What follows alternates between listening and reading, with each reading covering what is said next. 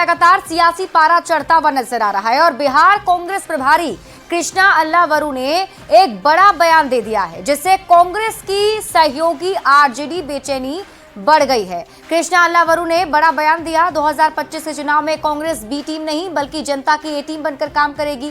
कृष्णा अल्लावरू से कांग्रेस के आरजेडी के पिछलग्गू बने रहने को लेकर सवाल किया गया था, जिस पर कृष्णा अल्लावरू ने कहा है कि वो कांग्रेस को मजबूत बनाने आए हैं, ज्यादा से ज्यादा सीट जीतना चाहते हैं और जनता के लिए ए टीम बनकर काम करेगी कांग्रेस।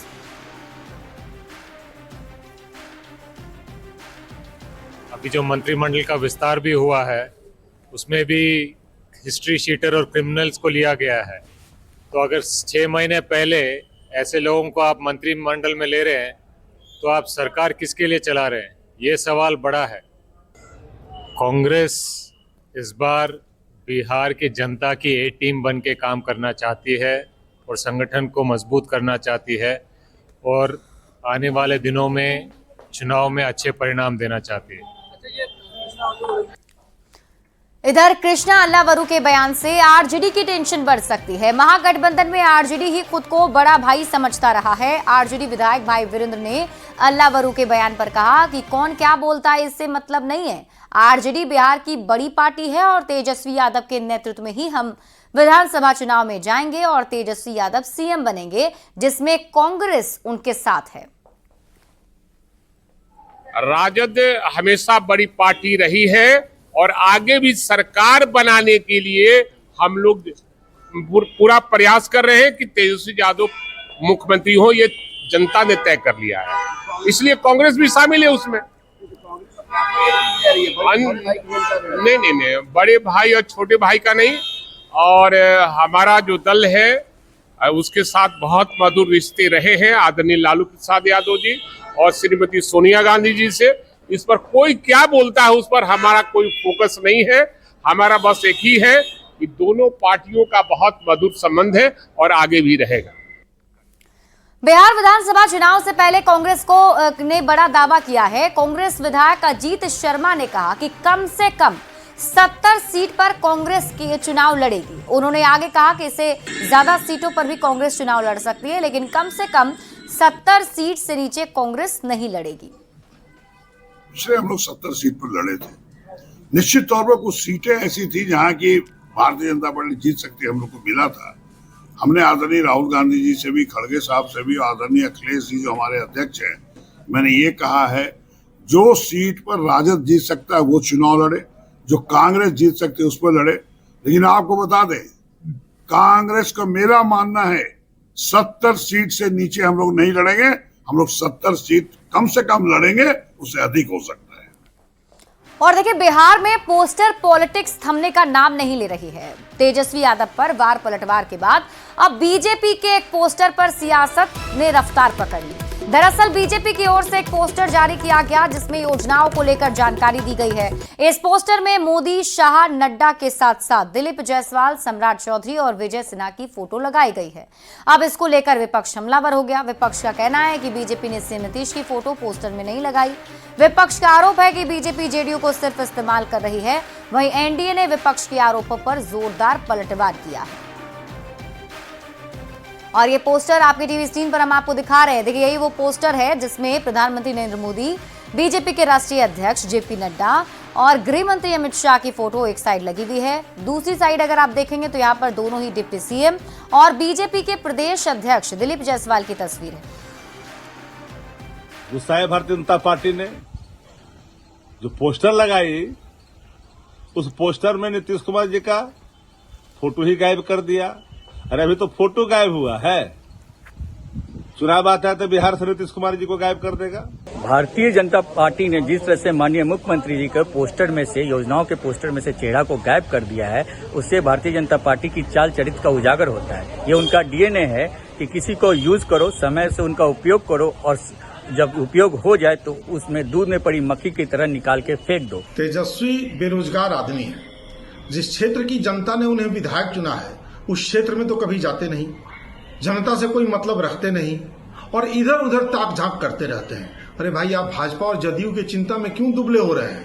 पहले राजद की चिंता कर लीजिए, राघोपुर की चिंता कर लीजिए, अपने परिवार की चिंता कर लीजिए, जिनके जेल जाने की घड़ी आ चुकी है। हमारा सवाल पोस्टर पॉलिटिक्स और फोटो पॉलिटिक्स पर तो राष्ट्रीय जनता दल के लोगों से है कि भैया आपकी पार्टी की क्या पद्धति है जिसमें तेजस्वी जी की तस्वीर रहती है और लालू जी की तस्वीर, राबड़ी जी की तस्वीर गायब कर दी जाती है। राष्ट्रीय अध्यक्ष की ही तस्वीर नहीं रहती है। तेजस्वी जी को सार्वजनिक रूप से इस बात को स्वीकारना चाहिए कि उन्हें अपने माता पिता की तस्वीर से परहेज है।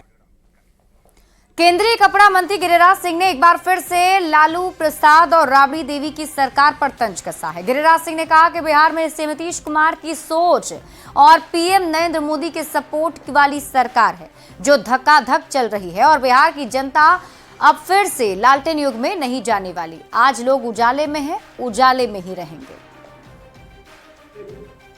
बिहार में सड़कों का जाल बिछ गया। बिहार में जितने लाइन थे सबको डेवलप कर गया। नवादा जैसे डबल लाइन हो गया, क्यों नवादा, बिजली लग गई।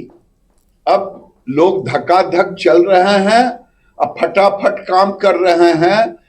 और तेजस्वी जी, आपके कहने से बिहार की जनता फिर से अंधेरे में नहीं रहेगा, लालटेन युग में अब फिर से उजाले में है और उजाले में।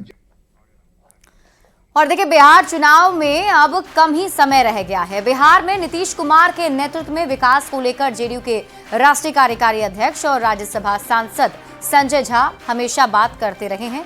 उन्होंने एक बार फिर से नीतीश कुमार के नेतृत्व में एनडीए की जीत का दावा किया है।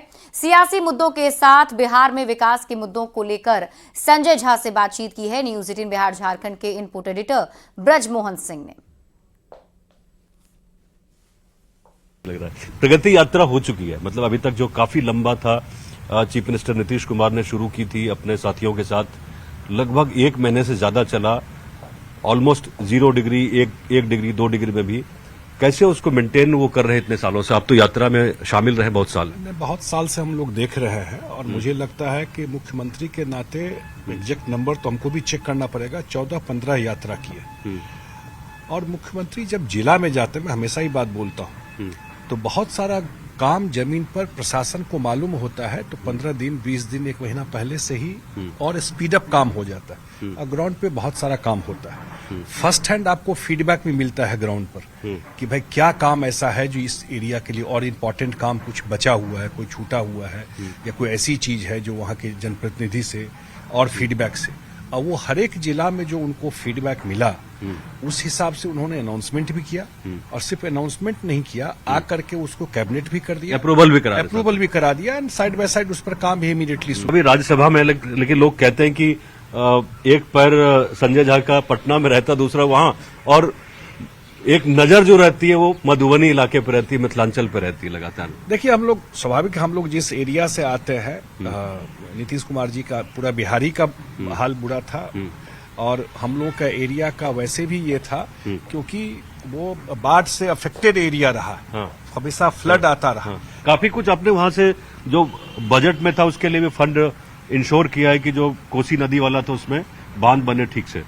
एक पश्चिमी कोसी नहर 1972 से डीपीआर पे बना हुआ था, काम चल रहा है, ऑलमोस्ट 50 साल से ज्यादा हो गया, जिसको वित्त मंत्री जी ने घोषणा किया है और मुख्यमंत्री जी ने व्यक्तिगत रूप से रिक्वेस्ट किया था कि वेस्टर्न कोसी को और उस पूरा बेल्ट में सिंचाई का सुविधा हो जाएगा। हमेशा बाढ़ से जाना जाता था वो एरिया, इतना बड़ा माइग्रेशन होता है, यही कहानी थी ना कि इतने माइग्रेंट चले जाता है, धान काटने के लिए पंजाब चले जाता है। लेकिन अब ये होने से पूरा का पूरा एरिया में आपको सिंचाई की सुविधा हो जाएगी, फर्टाइल लैंड है। मुझे लगता है वो पूरा एरिया ही पूरा बिहार को कैटर कर सकता है। लोग सवाल उठाते हैं, मुख्यमंत्री के ऊपर सवाल उठाते हैं। देखिए, मुख्यमंत्री जी हम लोगों के नेता हैं और बिहार के मुख्यमंत्री, और उनके नेतृत्व में हम लोग चुनाव लड़ने जा रहे हैं। 2025 का एनडीए नीतीश कुमार जी के नेतृत्व में चुनाव लड़ने जा रहे हैं। आज के दिन में इतना ही है। क्या स्पेकुलेशन होता है, क्या बात होती है, उस पर कोई टिप्पणी करने कोई मतलब नहीं है। लेकिन नीतीश कुमार जी ने अपने जीवन में तो ओपन बुक है। अगर 20 साल यहाँ रहे और केंद्र में भी मंत्री रहे, हमको तो नहीं लगता है कि ठीक आज नाम आप लोग सुन रहे हैं, ठीक से कोई नाम भी जानता था। कभी परिवार के कोई लोग उनके राजनीतिक जीवन में कभी उन्होंने लाया ही नहीं, हस्तक्षेप ही नहीं, कोई जानता भी नहीं है ठीक से लोग। इसलिए आगे का राजनीति क्या होगा आगे की बात है, लेकिन आज के डेट में नीतीश कुमार जी हम लोगों के नेता हैं और एनडीए के मुख्यमंत्री हैं और उन्हीं के नेतृत्व में हम लोग चुनाव लड़ेंगे।